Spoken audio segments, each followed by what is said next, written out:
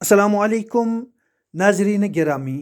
مدرسہ تعلیم الفرقان بھرتی بھلیسا ضلع ڈوڈا جموں و کشمیر میں سالانہ اجلاس کے انعقاد پر اس ادارے کے طلباء کرام نے مختلف موضوعات پر دلچسپ تقاریر کی۔ حاضرین اجلاس نے ان تقاریر کو سماعت کیا اور داد و تحسین سے نوازا۔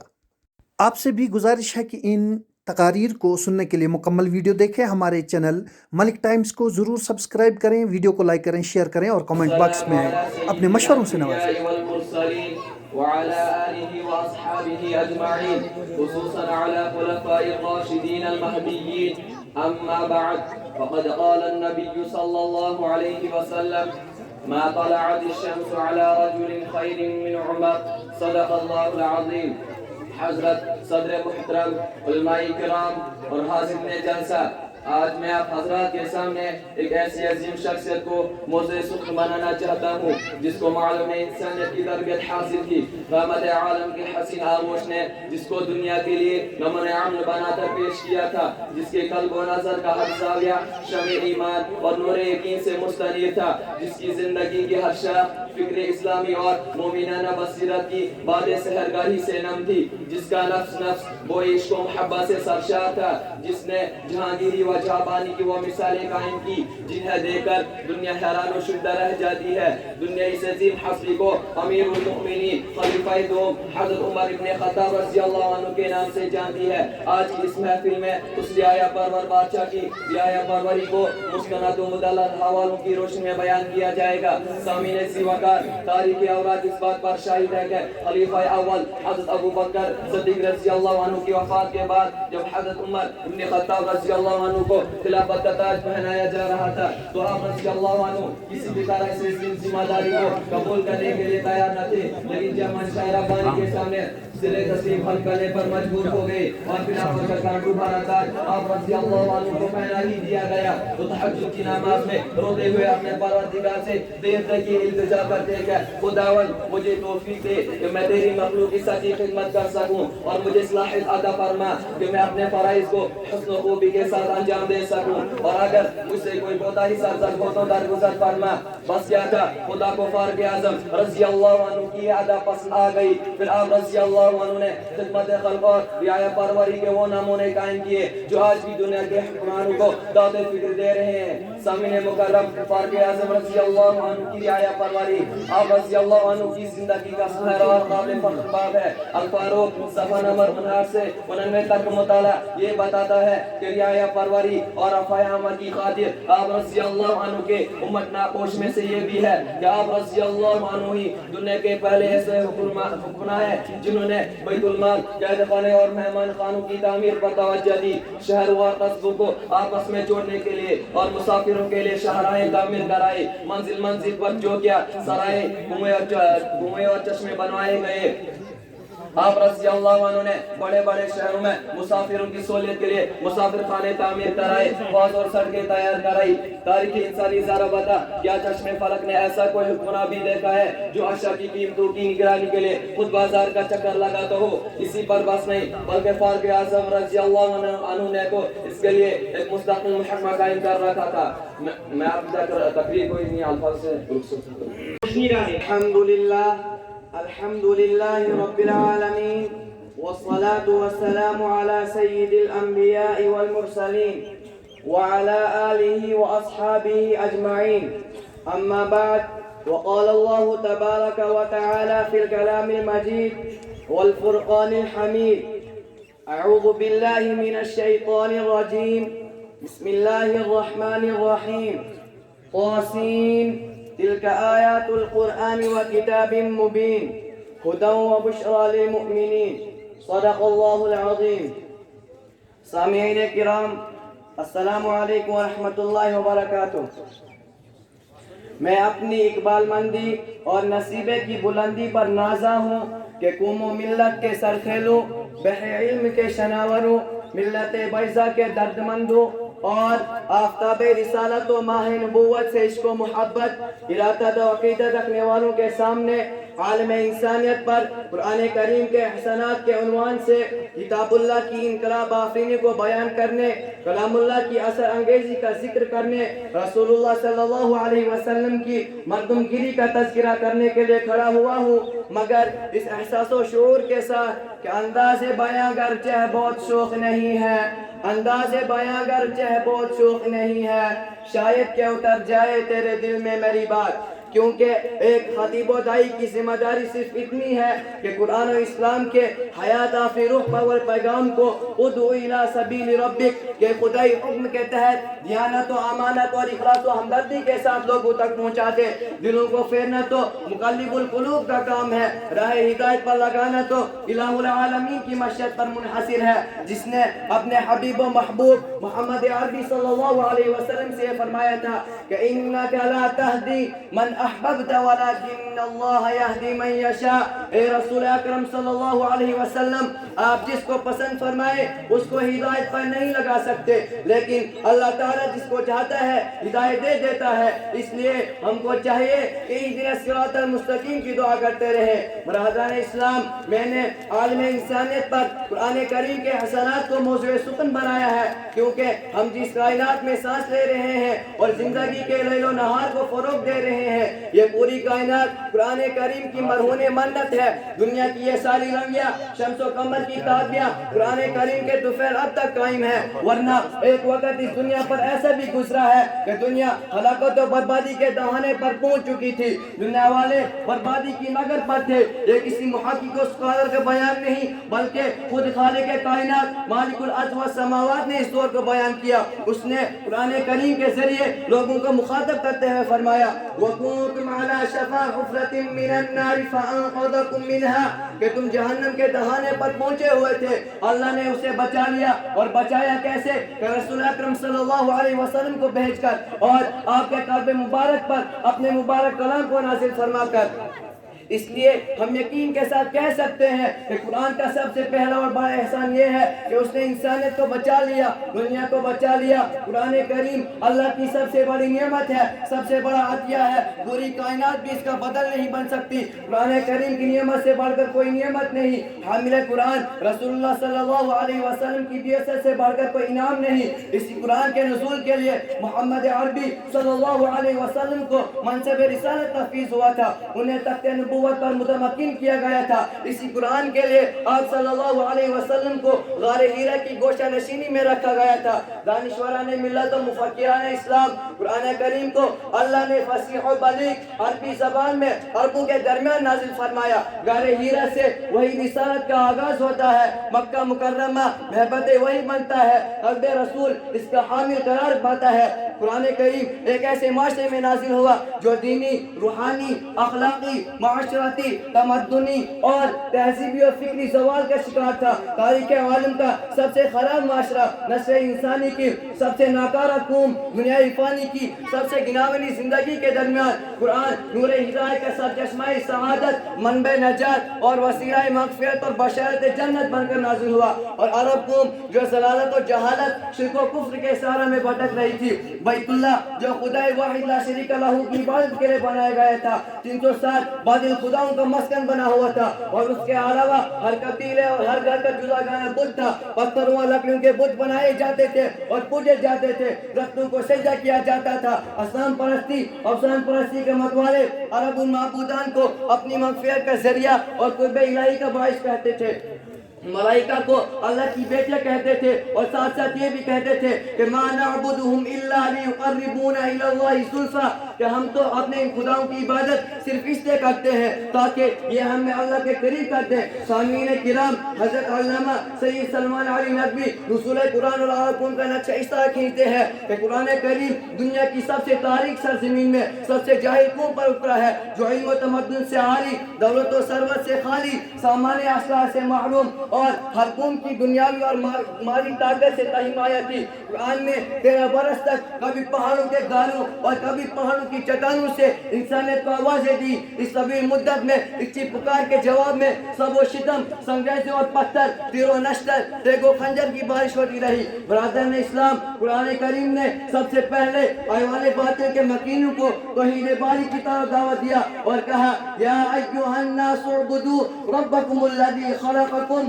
والذین من قبلکم لعلکم تتقون. اے لوگو، تم اپنے اس رب کی عبادت کرو جس نے تمہیں پیدا کیا اور ان لوگوں کو بھی پیدا کیا جو تم سے پہلے تھے. ہو سکتا ہے کہ تم متقی بن جاؤ. قرآن کریم کا عظیم تر احسان یہ ہے کہ اس نے اللہ والوں کی جماعت پیدا کی جو اللہ کے لیے ہی جیتی اور مرتی تھی، اللہ ہی کے لیے کرتی اور چھوڑتی تھی، اللہ ہی کے لیے دیتی اور لیتی تھی. وہ قرآنی جماعت تھی، ایمانی جماعت تھی. ربانی قوت کا یہ سرمایہ آج بھی ہمارے پاس ہے، اس کے احسانات آج بھی ہمارے پاس ہے. اس کی تاثیر جو پہلے تھی وہی آج بھی ہے اور قیامت تک رہے گی. ہم اس کے حکم کو مانیں تو پھر دیکھیں کہ کہاں سے کہاں تک پہنچ جاتے ہیں. وآخر الدعوانا ان الحمدللہ رب العالمین. جزاك الله حيا قيوما عالما قديرا مدبرا سميعا بصيرا. أما بعد، أعوذ بالله من الشيطان الرجيم. بسم الله الرحمن الرحيم. واعتصموا بحبل الله جميعا ولا تفرقوا. صدق الله العظيم. حضرت گرامی، یہ مدارس مسلمانوں نے ہند کی دینی زندگی کے لیے ریڑھ کی ہڈی سے بھی زیادہ اہم اور ان کی شاعری سے بھی زیادہ ناگزیر ہے.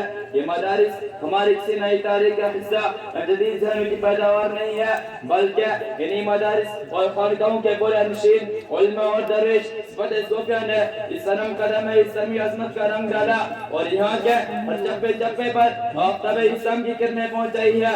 آپ تاریخ سے پوچھئے، وہ بتائے گی کہ اہل اس وقت جب سامراجی طاقتوں کے خونی پنجے اسلامی حکومت کے بالوں پر نوچ رہے تھے، انہی مدارس اور خانقاہوں سے اٹھنے والے للکاروں نے ان کے ایوان جلال میں زلزلہ برپا کر دیا.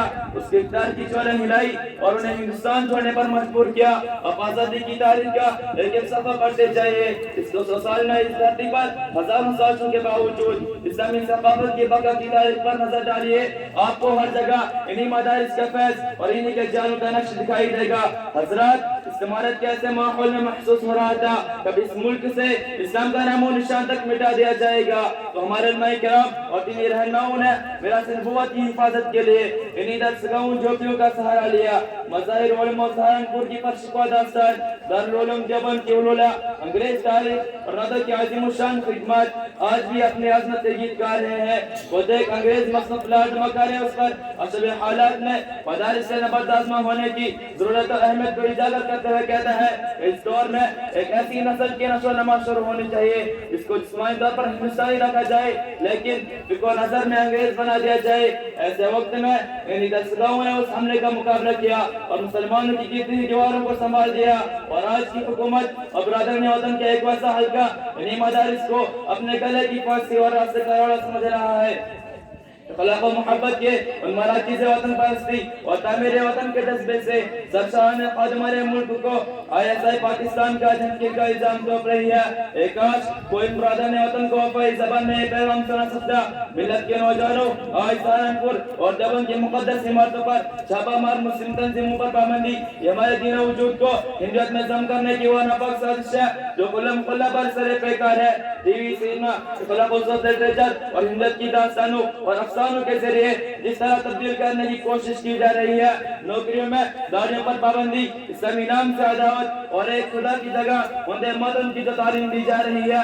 قانونی تشدد مندر اصول و سکول کے ذریعے تعلیم کے نام پر ذہن و دماغ کا انمول کیا جا رہا ہے. ہماری زندگی کا سب سے اہم چیلنج ہے. ہمارے آقا صلی اللہ علیہ وسلم نے اسی مشرکانہ ماحول میں دار حرم کو تعلیم کا بنایا تھا اور مدینہ منورہ کی مسجد میں صبح کو تدریس و تبلیغ کا مرکز قرار دیا تھا اور اس سنت کو ہمارے علماء کرام نے تاریخ کے مختلف ادوار میں زندہ کیا ہے. وآخر دعوانا الحمدللہ رب العالمین. على رسوله الأنام وعلى آله وأصحابه الكرام.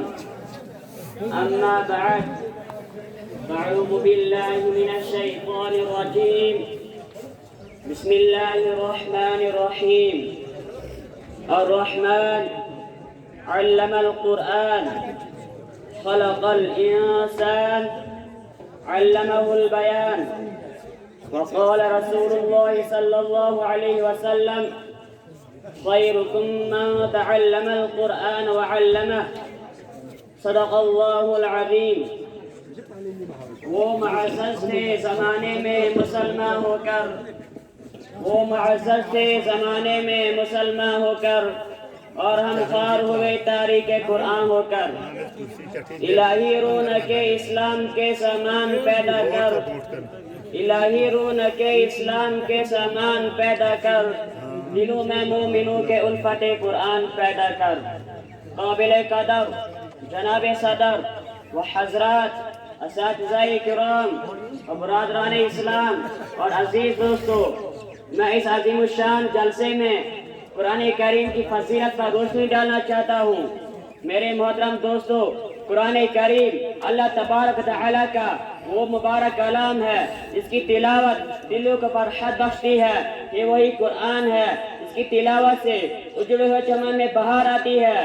یہ وہی قرآن ہے جس نے رسول کی رسالت کو اعزاز بخشا.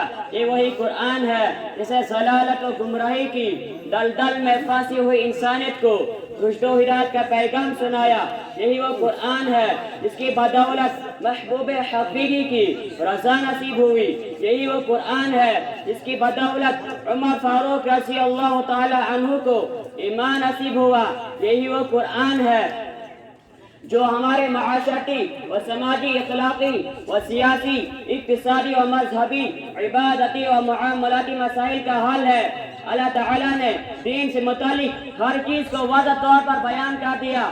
میرے محترم دوستو، اس کا دیکھنا بھی عبادت ہے، اس کا پڑھنا بھی عبادت ہے، اس کا پڑھانا بھی عبادت ہے، اس کا سمجھنا بھی عبادت ہے، اس کا سمجھانا بھی عبادت، اور اس پر عمل کرنا بھی دنیا کی سب سے بڑی عبادت ہے. یہ کتاب انسانوں کے لیے دستور حیات ہے، بلکہ پوری انسان کے لیے آب حیات ہے. اس قرآن کے صدقے اللہ تعالیٰ نے عمر کو امیر المومنین بنا دیا. یہی عمر جو اسلام اور قرآن کے جانی دشمن کفر و شرک کے متوالے حضور صلی اللہ علیہ وسلم کے صحابہ کے مٹانے پر کمر بستہ اور ایسا سخت دل کا بارش کا ایک قطرہ بھی نہ رکے. لیکن اس قرآن کریم کی وجہ سے پتہ دل موم ہو گیا اور مشرب سلام ہو گئی. اتنا ہی نہیں بلکہ اسلامی قوت کو دو بلا ہو گئی. جنوں کے کوچے میں ذوالفقار ہو کے چلے، جنوں کے کوچے میں ذوالفقار ہو کے چلے، شکار کرنے کو آئے تھے شکار ہو کے چلے. محترم حضرات، قرآن کریم ہمیں عزت دینے کے لیے آیا ہے. ان اللہ یرفع بہذا الکتاب اقواما. اللہ تعالیٰ اس قرآن کریم کی فضیلت، اس قرآن کریم کے ذریعے قوموں کو بلندی عطا فرماتے ہیں. ہم اس کو اپنے سینے سے لگائے، انشاءاللہ ہماری زندگی بدل جائے گی. کلام اللہ کو دل میں بساؤ اے مسلمانوں، کلام اللہ کو دل میں بساؤ اے مسلمانوں، خدا کی ذات سے ہلاؤ لگو اے مسلمانوں. زمانے میں خدا کا آخری پیغام قرآن ہے، زمانے میں خدا کا آخری پیغام قرآن ہے. اسی کو مقصد اصلی بناؤ اے مسلمانوں. وآخر دعوانا الحمد لله رب العالمين، والصلاة والسلام على سيد الأنبياء والمرسلين محمد وآله وأصحابه أجمعين إلى يوم الدين. أما بعد، أعوذ بالله من الشيطان الرجيم. بسم الله الرحمن الرحيم. ومن يبتغ غير الإسلام دينا فلن يقبل منه وهو في الآخرة من الخاسرين. إن الدين عند الله الإسلام. صدق اللہ العظیم. جناب صدر و سامعین اکرام، السلام علیکم ورحمۃ اللہ وبرکاتہ. اسلام خداوند قدوس کا آخری دین ہے، عالم انسانیت کے لیے مکمل نظام حیات ہے، زندگی کے تمام شعبوں کو مکمل ہے، دنیا آخرت کے تمام گوشوں کو مکمل کرنے والا ہے. دین اسلام انسان کو خداوند قدوس کے احکام و مرضیات کے مطابق زندگی گزارنے کی تمام ہدایات سے نوازتا ہے. کسی بھی پہلو کو نہ تمام اور نہ مکمل نہیں چھوڑتا. عبادت و طاعات، معاملات و تعلقات، شادی بیاہ، لین دین، خرید و فروخت، کاروبار، تجارت و معاشیت، نوکری و ملازمت، سونے جاگنے، ہنسنے بولنے، کھانے پینے، ملنے جلنے، رہنے سہنے، یہاں تک کہ پیشاب پاخانہ تک کے بارے میں ہماری رہنمائی کرتا ہے. یہی وجہ ہے کہ اللہ تعالیٰ نے اسلام کے بعد تمام مذاہب کو منسوخ کر دیا, دوسرے تمام ادیان کے احکام کو ختم کر دیا. اب صرف ایک ہی طریقہ ہے جس پر عمل کر کے اللہ تعالیٰ کی خوشنودی حاصل کی جا سکتی ہے. صرف ایک ہی دین کے ذریعے انسان اپنے رب کو راضی کر سکتا ہے. اگر اسلام کے علاوہ کسی دوسرے طریقہ اور مذہب کے اختیار کرے گا تو وہ گمراہ مانا جائے گا. اللہ تعالیٰ کے یہاں اس کا کوئی مقام نہیں, کوئی مرتبہ نہیں, کیونکہ قرآن پاک نے صاف صاف اعلان کر دیا ہے وَمَن يَبْتَغِ غَيْرَ الْإِسْلَامِ دِينًا فَلَن يُقْبَلَ مِنْهُ وَهُوَ فِي الْآخِرَةِ مِنَ الْخَاسِرِينَ. یعنی جس نے اسلام کو چھوڑ کر کسی دوسرے طریقے کو اختیار کیا تو اس کو قبول نہیں کیا جائے گا, وہ آخرت میں نقصان اٹھانے والوں میں ہوگا. برادران ملت, عقلاً یہ بات سمجھ میں آتی ہے کہ کسی دوسرے طریقے کو اسی وقت اختیار کیا جاتا ہے کہ جب پہلا طریقہ نامکمل ہوتا ہے, وہ زندگی کا ساتھ دینے کی صلاحیت نہیں رکھتا ہے. اور جب اسلام کے بارے میں اللہ تعالیٰ نے فرمایا ہے اليوم اکملت لکم دینکم واتممت علیکم نعمتی ورضیت لکم الاسلام دینا, کہ آج ہم نے تمہارے دین کو مکمل کر دیا اور تم پر اپنی نعمت کا اتمام کر دیا اور تمہارے لیے اسلام کو دین کے طور پر پسند کیا. تو پھر دوسرے طریقے اور مذہب کی کوئی حاجت نہیں, کوئی ضرورت نہیں. اپنی زندگی میں جتنے بھی امور ہیں, جتنے بھی معلومات ہیں, جتنے بھی مسائل ہیں, سب کا ایک ہی حل ہے, وہ ہے اسلام کے مطابق عمل کیا جائے, قرآنی دستور کو اختیار کیا جائے, حدیث رسول اللہ صلی اللہ علیہ وسلم میں نظر کی جائے. انہی کے ذریعے ہمارے مسائل حل ہوں گے. اللہ پاک ہم کو صحیح بات سمجھنے اور اسلام پر عمل کرنے کی توفیق دے. آمین. وما علینا الا رسوله الكريم. أما بعد فأعوذ بالله من الشيطان الرجيم. بسم الله الرحمن الرحيم. إنا نحن نزلنا الذكر وإنا له لحافظون. وقال الرسول صلى الله عليه وسلم خيركم من تعلم القرآن وعلمه, أو كما قال عليه السلام. مسلمانوں نہ گھبراؤ خدا کی شان باقی ہے, مسلمانوں نہ گھبراؤ خدا کی شان باقی ہے. ابھی اسلام زندہ ہے, ابھی قرآن باقی ہے. برادران اسلام اور محترم سامعین اکرام, میں اس پرنور اور متبرک محفل میں متبرک کتاب قرآن کریم کی عظمت و فضیلت پر روشنی ڈالنے کی جسارت کر رہا ہوں. میں اس سرچشمے اور رشد و ہدایت اور منبع حکمت و شریعت کا تذکرہ کرنے جا رہا ہوں, جس کی حفاظت کی ذمہ داری رب کائنات نے لی ہے. ارشاد سبحانی ہے اِنَّا نَحْنُ نَزَّلْنَا الذِّكْرَ وَإِنَّا لَهُ لَحَافِظُونَ. ہم ہی نے قرآن کو نازل کیا اور ہم ہی اس کی حفاظت کرنے والے ہیں. امید ہے کہ آپ حضرات غور سماعت فرمائیں گے. اللہ ہمیں احکام قرآن کی معرفت عطا فرمائے. جب اہل مکہ نے قرآن کریم کو کلام اللہ کے کتاب سے نہیں نوازا اور معجزہ ہونے کا انکار کیا, اس کتاب کا انکار کیا, اس کے بارے میں ارشاد ربانی ہے لا ریب فی, اس میں کوئی شک نہیں. تو رب کائنات نے تمام فصحائے عرب و بلغائے عرب سے تحدید اور چیلنج کیا کہ تم ایک دو نہیں بلکہ بہت سارے مل کر بھی اس قرآن کی جیسی ایک چھوٹی آیت بھی نہیں لا سکتے. اگر تم اپنے قول میں سادی کو تو لا کر دکھاؤ. قرآن میں اس طرح نقشہ کھینچا ہے وَإِن كُنتُمْ فِي رَيْبٍ مِّمَّا نَزَّلْنَا عَلَىٰ عَبْدِنَا فَأْتُوا بِسُورَةٍ مِّن مِّثْلِهِ. اگر تم لوگ اس چیز میں شک کرتے ہو جو ہم نے اپنے بندے محمد صلی اللہ علیہ وسلم پر نازل کیا, تو تم اس کے جیسے ایک چھوٹی سی صورت پیش کر دو. فصحائے عرب نے لاکھ کوششیں کی لیکن آخر میں عجز کا اظہار کیا. جب امر القیس جو عربی کا بہت بڑا شاعر تھا, جب اس نے اِنَّا أَعْطَيْنَاكَ الْكَوْثَرَ کی صورت باب کعبہ پر دیکھا تو پکار اٹھا کہ خدا کی قسم یہ کلام کسی بشر کا کلام نہیں. آئیے میں آپ حضرات آپ کو عظمت قرآن سناتا ہوں. جب کسی آدمی کے بارے میں یہ اندازہ لگانا چاہے کہ یہ عاصی ہے, یہ نیک بخت ہے, یہ صادق ہے, یہ کاذب ہے, تو اس کے متعلقین پر نظر ڈالیں. اگر وہ صحیح ہے تو وہ شخص بھی صحیح ہے, اگر اس کے متعلقین پر بد ہے تو وہ شخص بھی بد. ایسے ہی جب ہم قرآن کریم کی فضیلت پر نظر ڈالیں, اگر قرآن کریم کی رفعت پر نظر ڈالیں, اگر قرآن کریم کی عظمت پر نظر ڈالیں, اگر قرآن کریم کی عظیمت پر نظر ڈالیں, تو سب سے پہلے ہم قرآن کریم کے متعلقین پر نظر ڈالتے ہیں اور دیکھتے ہیں تو سب سے پہلے تعلق نظر آتا ہے رب کائنات جو مصدر قرآن ہے, جو خالق و جہاں ہے, جو مالک و رحمان ہے, صحابہ ایمان پر بڑا مہربان ہے. یہی ہمارا ایمان ہے. جو اس کا منکر ہے وہ شیطان ہے. بادشاہوں کا کلام کلاموں کا بادشاہ ہوتا ہے. لہذا معلوم ہوا کہ قرآن سب سے اعلیٰ ہے, قرآن سب سے عرفہ ہے. قرآن کریم کو دوسری کتابوں پر فضیلت حاصل ہے.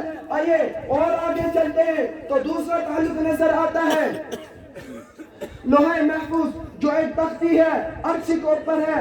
غور کریں, جو عرش کے اوپر ہو, جس کی رفعت میں کسی کو کیا شک ہو سکتا ہے, جس کی فضیلت میں کسی کو کیا شک ہو سکتا ہے, جس کی عظمت میں کسی کو کیا شک ہو سکتا ہے, جس کی علویت میں کسی کو کیا شک ہو سکتا ہے. اعلیٰ و عرفہ شیخ کے لیے اعلیٰ و عرفہ مقام تجویز کیا گیا, وہ لوح محفوظ ہے. آئے اور متعلقین پر نظر ڈالتے ہیں تو قرآن کا تیسرا تعلق نظر آتا ہے لیلۃ القدر. اس لیے کہ لوح محفوظ قرآن کو آسمانی دنیا پر اسی رات میں لایا گیا. یہاں پر نہ جبرائیل واسطہ ہے, یہاں پر نہ اسرائیل واسطہ ہے, یہاں پر نہ اسرافیل واسطہ ہے. ایسی رات کا انتخاب کیا گیا جس کے بارے میں خود قرآن کریم کہتا ہے لیلۃ القدر خیر من الف شہر. یہ رات 1000 مہینوں سے بہتر ہے. لہذا معلوم ہوا کہ قرآن کو زمانے کے اعتبار سے بھی فضیلت حاصل ہے. میں انہی الفاظ سے آپ سے رخصت چاہتا ہوں. وما علینا الحمد لله وحده والصلاة والسلام على من لا نبي بعده. أعوذ بالله من الشيطان الرجيم. بسم الله الرحمن الرحيم. واعتصموا بحبل الله جميعا ولا تفرقوا واذكروا نعمة الله عليكم إذ كنتم أعداء فألف بين قلوبكم فأصبحتم بنعمته إخوانا. صدق الله العظيم.